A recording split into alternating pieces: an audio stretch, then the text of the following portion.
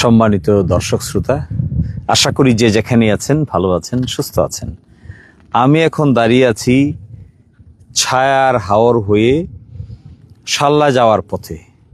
এই ডান দিকে দেখেন, কয়েকদিনের বৃষ্টির কারণে পানিতে তলিয়ে গেছে মানুষের ধানক্ষেত।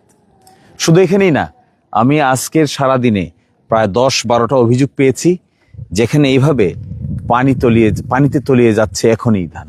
এগুলো কেন হচ্ছে? এই যে পানিতে তলিয়ে যায়, এখন ধান এখনো বের হয়নি, কিন্তু পানিতে তলিয়ে যাওয়ার কারণে এই ধানগুলো আর পাকাপোক্ত হওয়ার কোনো সম্ভাবনা নেই। এখানে প্রশাসনের উচিত, কৃষি বিভাগের উচিত জরুরি ভিত্তিতে পানিটা নিষ্কাশনের ব্যবস্থা করা। কিভাবে করবেন এই পানি নিষ্কাশন?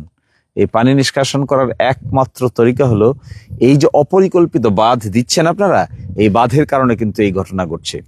খালি দেখি পিআইসি বাঁধ দিচ্ছেন, কিন্তু পিআইসি বাঁধ দিয়ে পানি নিষ্কাশনের ব্যবস্থা তো করেন নাই। অপরিকল্পিত বাঁধ দেন। এই বাঁধ আসার পরে দিলেন বাঁধ, তারপরে বৃষ্টি হলো, পানি নিষ্কাশন হবে কি করে? পানি তো নিষ্কাশন হচ্ছে না।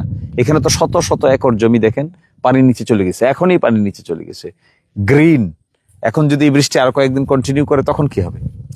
যদি বৃষ্টি কন্টিনিউ এভাবে করে তাহলে দেখা যাবে শত শত একর জমি, শত শত বিঘা জমি পানির নিচেই নষ্ট হয়ে যাচ্ছে।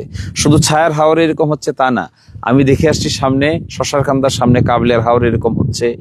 আশেপাশের যে কটা হাওর আছে সব জায়গায় একই ঘটনা ঘটবে। এর সমাধান কি? স্থায়ী সমাধান বের করতে হবে। 1 নম্বর সমাধান বের করবেন, এই যে আপনারা বাঁধগুলো দেন, বাঁধগুলো দিয়ে যে পরিবেশ তৈরি করছেন, পানি নিষ্কাশনের ব্যবস্থা রাখেন না, তাতে কি দাঁড়াবে শেষ পর্যন্ত তা কি ভেবে দেখেছেন? এগুলো তাড়াতাড়ি সায়েন্টিফিক স্টাডি করেন। কৃষি অফিসার যারা আছেন তারা ঊর্ধ্বতন কর্তৃপক্ষের সঙ্গে যোগাযোগ করেন, এসে এখানে ভ্রমণ করেন। নেতা নেত্রী যারা আছেন তারা আসেন, এসে এগুলো একটা সমাধান বের করেন। যদি এখানে সমাধান বের করতে না পারেন তাহলে এভাবে তলিয়ে যাবে হাজার হাজার একর জমি। আমি আপনাদেরকে রিকোয়েস্ট করব যে তাড়াতাড়ি, শুধুমাত্র জনপ্রতিনিধি হলেই তো হবে না, কাজে আসতে হবে। তো কাজ না করতে পারলে জনপ্রতিনিধির দাম কি? জনপ্রতিনিধি আসেন, এখানে এই কাজের জায়গায় হাত দেন, দেখেন মানুষের জমি কিভাবে তলিয়ে যাচ্ছে। এসে এই বাঁধগুলোতে পার্মানেন্ট ব্যবস্থা বের করবেন। যদি ব্যবস্থা বের করতে না পারেন তাহলে মানুষের দুঃখ দুর্দশার কোনো শেষ থাকবে না। আশা করি দ্রুত ব্যবস্থা নেবেন। এই প্রত্যাশায় আজকের মতো আমরা এখানেই বিদায় নিচ্ছি। আল্লাহ হাফিজ।